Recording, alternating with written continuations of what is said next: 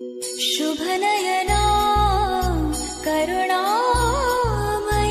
गौरी हरश्री वरद विनायक। शुभनयना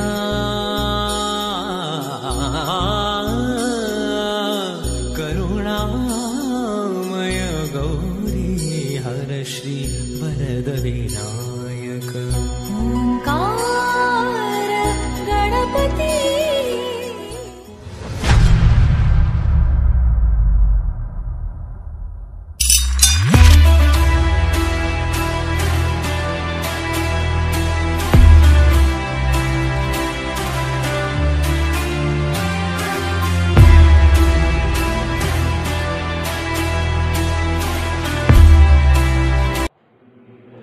सभी को मेरा नमस्कार। और मैं उम्मीद करता हूँ कि आप सब मेरे वीडियोस को इसी तरीके से प्यार देते रहेंगे। और यदि आपको फिर भी यदि ऐसा कुछ लग रहा है कि आपको इन वीडियोस में कुछ कमी लग रही है या कुछ ऐसा आपको लग रहा है कि डू मस्ट बेटर देन, आप इससे और भी बढ़िया कर सकते हैं, तो आप लोग मुझे यूट्यूब पे जाए, कमेंट बॉक्स में मुझे कमेंट करें।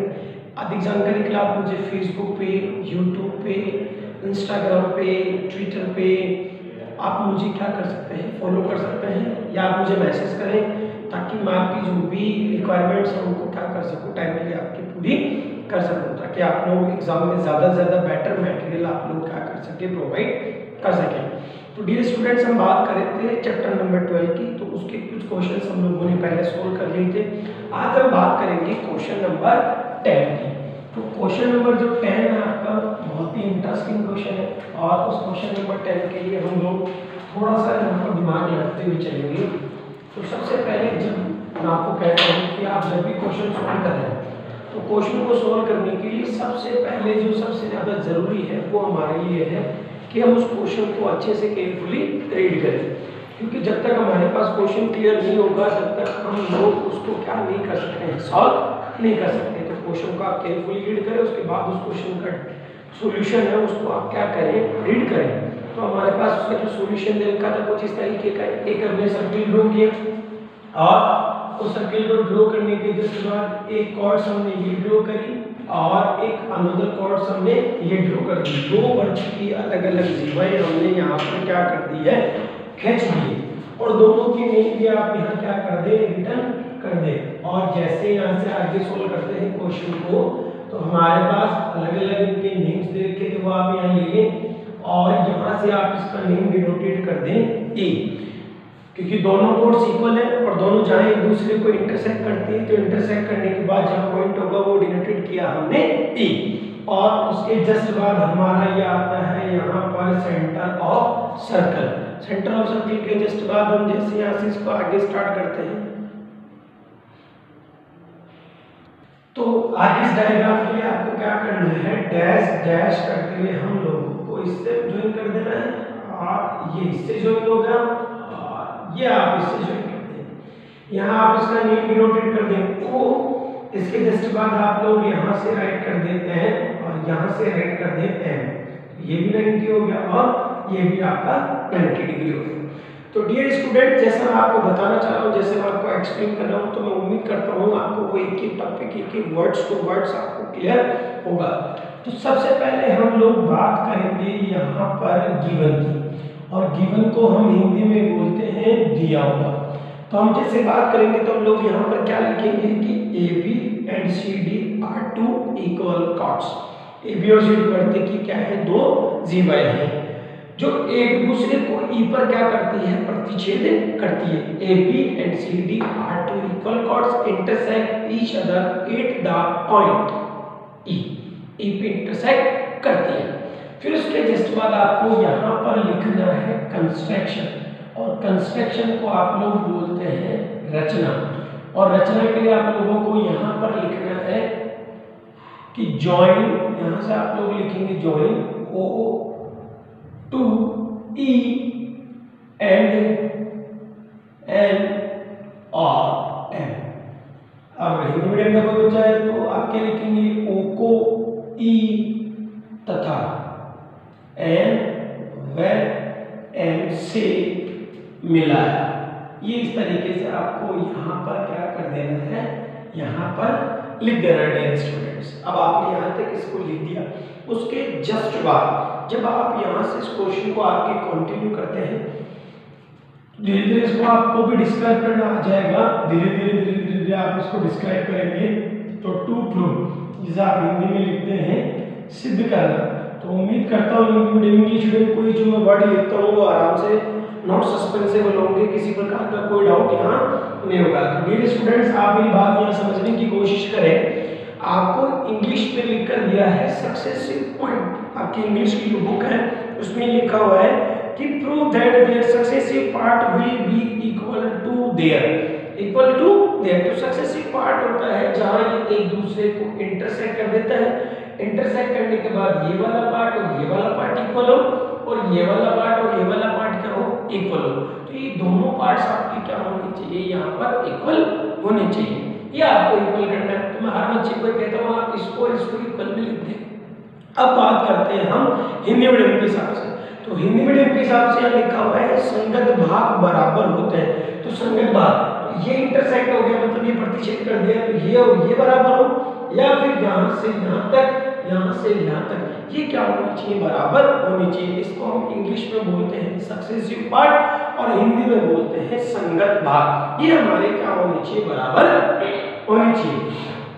तो आप यहाँ से लिख सकते हैं कि आपके पास एक तो BE ये इक्वल होना चाहिए किसके, DE के, और आप यहाँ से चाहते हैं तो आप यहाँ पर ये भी लिख सकते हैं कि AE जो है वो किसके इक्वल है, CE के इक्वल है। तो दोनों में से आपको, तो अब हम इस क्वेश्चन को यहाँ से क्या करेंगे डियर स्टूडेंट्स, प्रूव करना स्टार्ट करते हैं।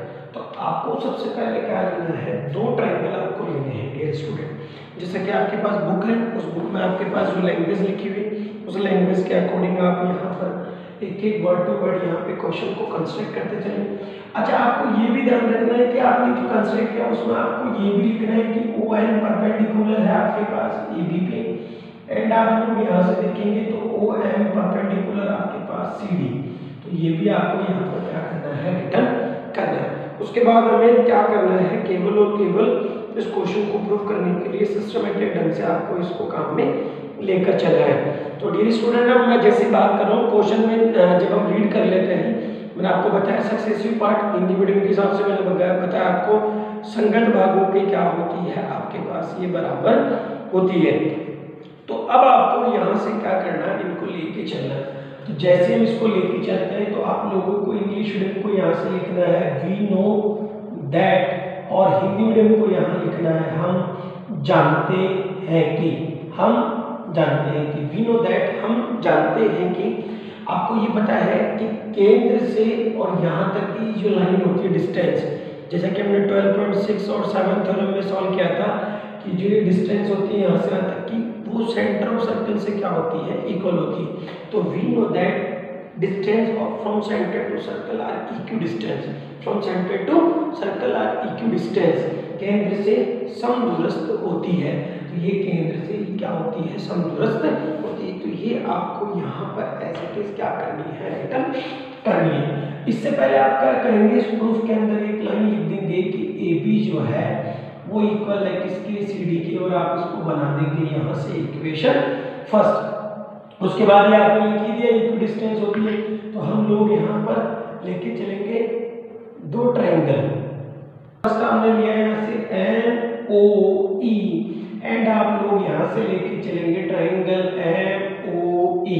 तो आपने यहाँ से लिया एंड ट्रायंगल, तो हिंदी मीडियम को यहाँ लिखना है लास्ट में, और एंड की जगह आपको यहाँ पर लिखना है और। अब जैसे आप इसको क्वेश्चन को कंटिन्यू लेते हैं तो आपको किसी भी ट्रायंगल को, त्रिभुज को जब आप लेते हैं तो कॉन्ग्रुएंट प्रूफ करने के लिए, सर्वम संगम सिद्ध करने के लिए 3 नियमों की आवश्यकता होती है। तो 3 नियम आप जब लेंगे तो पहला आपको यहाँ से दिखाई दे रहा है कि OE = OE, यह आपकी यहाँ से आ जाएगा कॉमन। हमने यहाँ से लिखा कॉमन साइड, और कॉमन साइड को हम लोग हिंदी में बोलते हैं उभयनिष्ठ भुजा, उभयनिष्ठ भुजा होगी। फिर इसके अदरवाइज आप देखेंगे तो M, और यहाँ से आप लेंगे तो यहाँ आपका आएगा M, और यहाँ आपका आएगा 90 डिग्री राइट एंगल, 90 डिग्री समकोण जिसे इंग्लिश मीडियम का स्टूडेंट लिखेगा right triangle. Clear that everyone. उसके जस्ट बाद हम लोगों ने लिखा था इक्वी डिस्टेंस। तो इक्वी डिस्टेंस होने की वजह से OM ये इक्वल होगा हमारे पास किसके इक्वल होगा, ये होगा OM के इक्वल होगा। तो यहाँ आप ये लिखेंगे थ्योरम की वजह से इक्वल हो गया, और यहाँ से लिखेंगे इक्वल साइड्स, ये आएंगे हमारे पास इक्वल साइड्स बराबर भुजाएं। और उसके बाद आपके पास एक चेन रूल निकल के आते हैं, तो आप यहाँ से लेंगे कि NOE आपके पास ये कॉन्ग्रेंट हो गया, सर्वाम सर्वम हो गया, और ये आएगा यहाँ से MOE, और हम यहाँ से इसको बना देंगे, या तो आप इसको ले लें RHS रूल, या फिर आप इसके लिए ले लें यहाँ से SAS रूल्स। और उसके जस्ट बाद अब हम लोग यहाँ से क्या कर देंगे, एक तो हमने लिया ME आपके पास इक्वल हो गया किसके, ME के, और जब भी आप इसको लेंगे तो यहाँ इसके लिए आप लोग लिख देंगे कि किस रूल की वजह से ये इक्वल होगा, CPCT रूल्स की वजह से ये इक्वल होगा। उसके जस्ट बाद हम चलते हैं, तो ये आपके पास क्या है, इक्वी डिस्टेंस है। तो इक्वी डिस्टेंस होने की वजह से मैं आपको बता दूं कि AN ये इक्वल होगा किसके, BN के, और यहाँ से आप इसका जो रीजन है वो कारण लिखेंगे क्या, ये बाइसेक्ट हो गया AB के। और ये हाफ वाला जो रीजन है मैं आज पहली बार क्लियर नहीं कर रहा हूँ, ये मैं आपको प्रीवियस वीडियो में भी क्लियर कर चुका हूँ।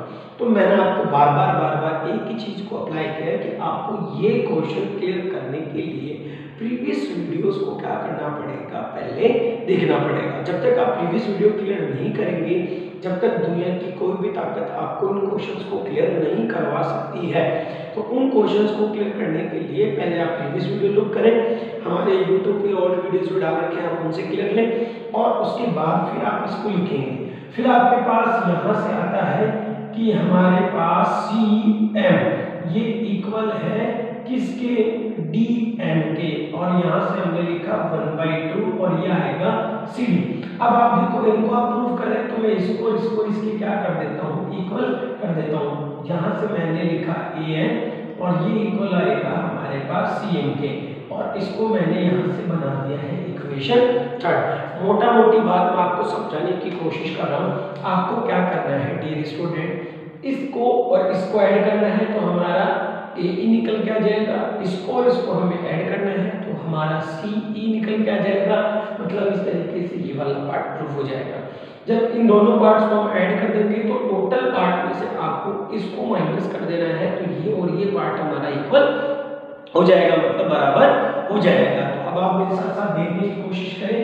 मैंने यहाँ पर लिखा है समीकरण, यहाँ से मैंने लिखा सिंप्लिसिटी, दोनों को ऊपर इसको हमने बना दिया है कौन सा, सेकंड बना दिया। तो मुझे क्या करना है, समीकरण 2 व आप यहाँ से लिखेंगे समीकरण 3 को क्या करने पर, जोड़ने पर, यहाँ पर लिखेंगे जोड़ने पर।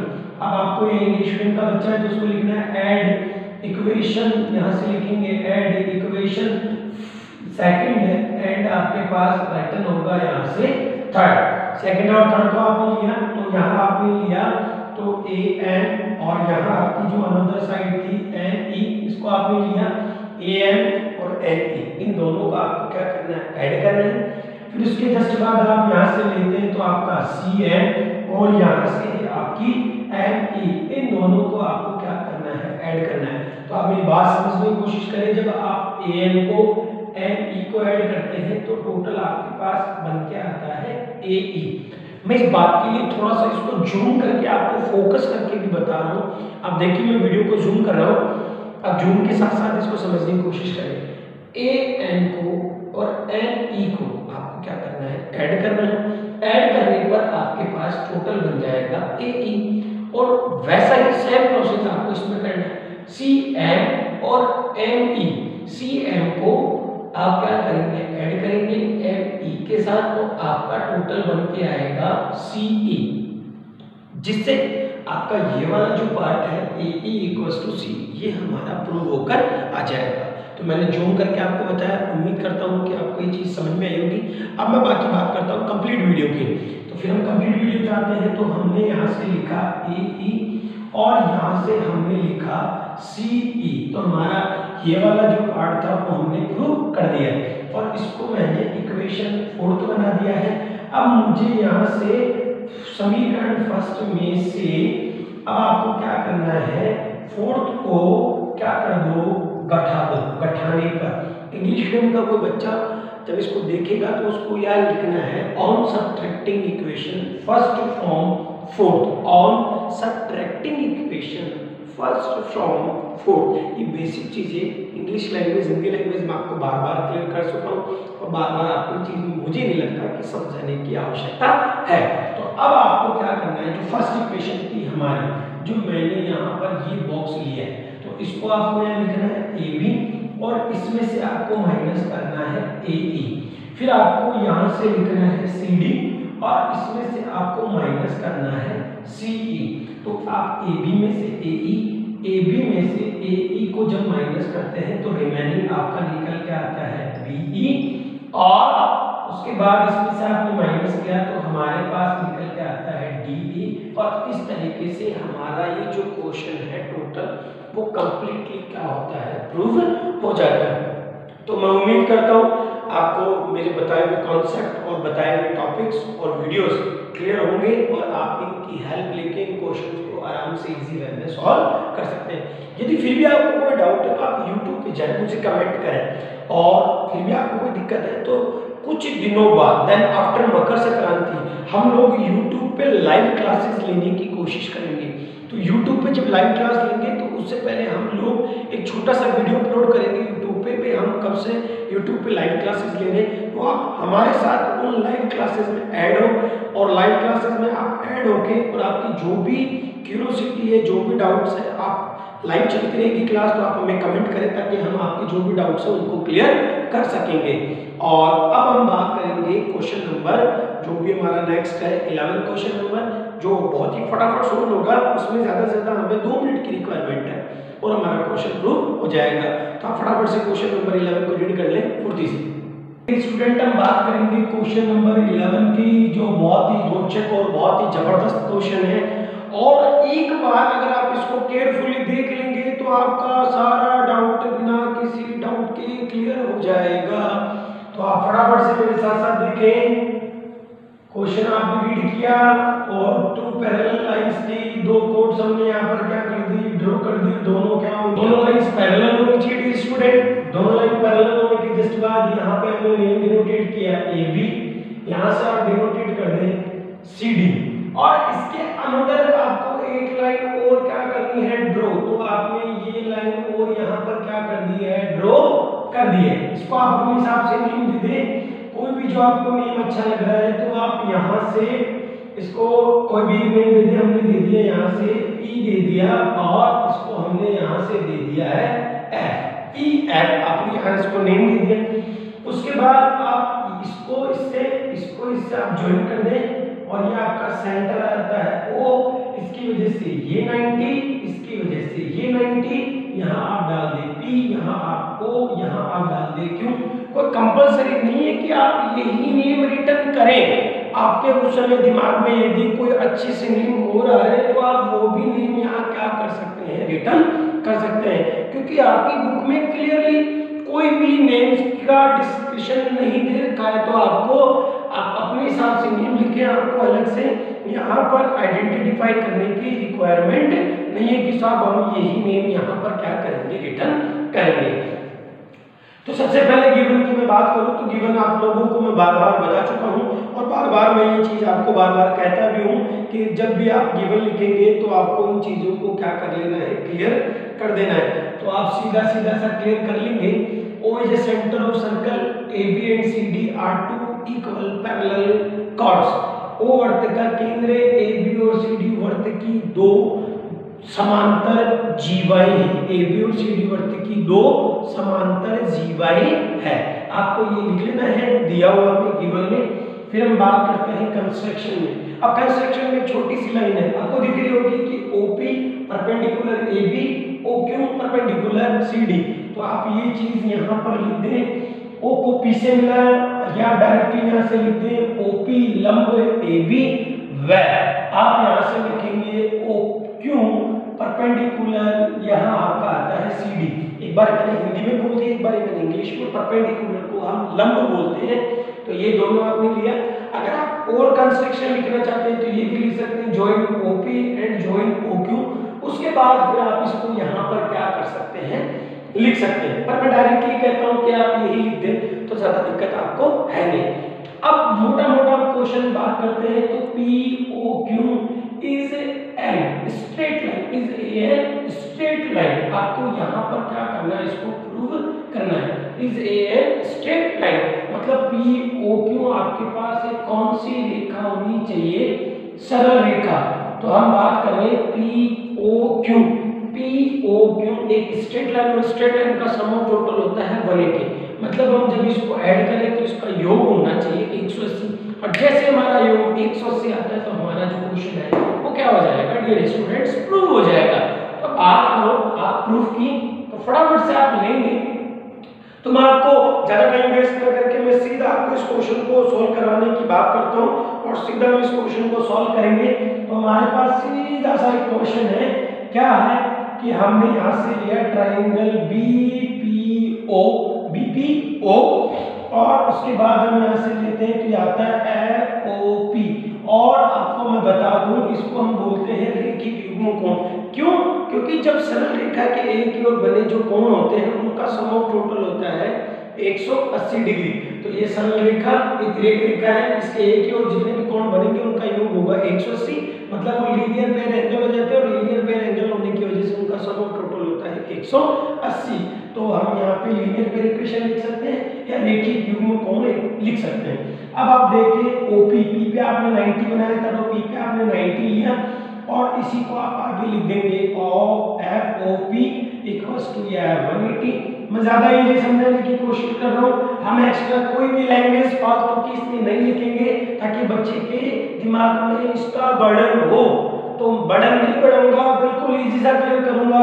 आप मेरे साथ साथ देखें, 180 में से आप 90 को घटा दें डियर स्टूडेंट, और जैसे आप घटा देते हैं तो FOP आपके पास यहाँ आता है 90, जिसको हम इक्वेशन बना देंगे कौन सी, फर्स्ट पहला समीकरण हमारा यहाँ पर इजीली तैयार हो जाता है। फिर उसके जस्ट बाद हम यहाँ से लेते हैं तो DQO, और फिर यहाँ से हमारे पास आता है FOQ, और यहाँ पर टोटल हमारे पास आता है 180। फिर हम बात करते हैं तो QP हमारा 90 डिग्री है, ये आ गया, और हमने यहाँ पर लिख दिया एंगल FOQ, कोण FOQ बराबर 180। फिर हम यहाँ से लेते हैं तो FOQ बराबर 180 माइनस 90, ये हमने यहाँ पर ले लिया। तो हम यहाँ से लेते हैं FOQ बराबर मेरे पास यहाँ पर आता है 90 डिग्री आ गया, और इक्वेशन कौन सी आती है, सेकंड। अब मुझे 180 लाना है। 180 क्यों लाना है? क्योंकि जब तक इनका टोटल 180 मतलब सब 180 नहीं होगा, जब तक ये मेरी सरल रेखा तैयार नहीं होगी। तो इनके लिए आप क्या कर दें, यहाँ पर लिख दें 1 व 2, इनको आपको क्या करना है, ऐड करना है। तो आप यहाँ से लिख दें इक्वेशन फर्स्ट, आप यहाँ लिखेंगे सेकंड, दोनों को आपको जोड़ना है। तो जोड़ने के लिए आपने यहाँ लिखा एंगल FOP, और दूसरा एंगल आपके पास आता है FOQ, और हमने यहाँ से लिया 90 प्लस यहाँ आपका आता है 90, दोनों हमने यहाँ से 90 डिग्री ले लिया है। अब इन दोनों को आप जब ऐड करेंगे तो हम लोगों के पास इसका टोटल हो जाता है 180, 180 का योग होगा, और 180 180 इसका सम ऑफ टोटल होने की वजह से हम यहाँ पर लिख देंगे कि POQ एक क्या है, हमारे पास में सरल रेखा है। क्योंकि सरल रेखा का जो योग है वो 180 डिग्री होता है, और आप लोगों ने 9 में पढ़ा होगा कि straight line sum of total is 180 degree. तो सरल रेखा जो है उसका कोणों का योग 180 डिग्री होता है। तो हमारे पास योग नहीं, सॉरी, तो इसका जो टोटल है वो 180 होता है। तो मैं उम्मीद करता हूं कि आपको ये क्वेश्चन भी क्लियरली डिस्क्राइब हो गया होगा। कई टीचर्स इसमें लैंग्वेज ज्यादा लिखाएंगे, कई मेरी वीडियो में भी कमी निकालेंगे, ऐसा नहीं ऐसा हो सकता था, ऐसा नहीं ऐसा हो सकता था। तो मैं आपको बता दूं, हर आदमी का काम है कुछ कमी निकालने का, वो निकालेगा, हमें हमारे काम को फोकसली करना है। तो आप अफवाहों पे ना जाएं, आप अपने काम पे कंसंट्रेट करें। और मैं आपको बता दूं, पिछले लगातार 12 साल से मैंने मैथ्स में एक डीप से डीप स्टडी करी, मेरी नज़र से कोई भी पॉइंट इसमें मैंने पॉइंट ऑफ व्यू नहीं रखा है। फिर भी यदि आपको कोई टीचर या आपका कोई नेबर या आपके घर में कोई कहता है नहीं इसमें ऐसा हो सकता था, तो आप मुझे डायरेक्टली कॉल करें, मेरे नंबर दे रखे हैं, मैं आपको इसका सारा सोल्यूशन बिल्कुल डाउटली क्लियर एकदम एक डाउट क्लियर करूंगा कि ऐसा कैसे हुआ। हाँ, हालांकि हम इसमें लिख सकते थे कि ये लाइन इसकी पैरेलल है, ये इसकी पैरेलल है, हम लाइंस बढ़ा सकते थे, पर हम लाइन क्यों बढ़ाए जब हमारा सीधा आंसर आ रहा है। तो यही बात मैं आपको समझाना चाह रहा हूँ कि आप अपने दिमाग पे बर्डन न डालें, इजी मेथड से आप अपने कॉन्सेप्ट्स को क्लियर करें। कहीं भी कोई नंबर आपका बोर्ड की तरफ से नहीं कटेगा, पर जो छोटी छोटी डिटेल्स मैंने लिखाई वो आपको लिखना कंपलसरी है। तो डियर स्टूडेंट्स, मैं उम्मीद करता हूँ आपको जो भी मैंने आज क्वेश्चन बताए दोनों बहुत ही टफ क्वेश्चन थे और क्रिटिकल क्वेश्चन थे, तो आपको आज ये सारे क्वेश्चन क्लियरली समझ में आ गए होंगे। तो बाकी हम मिलते हैं कल नए वीडियोस के साथ। धन्यवाद।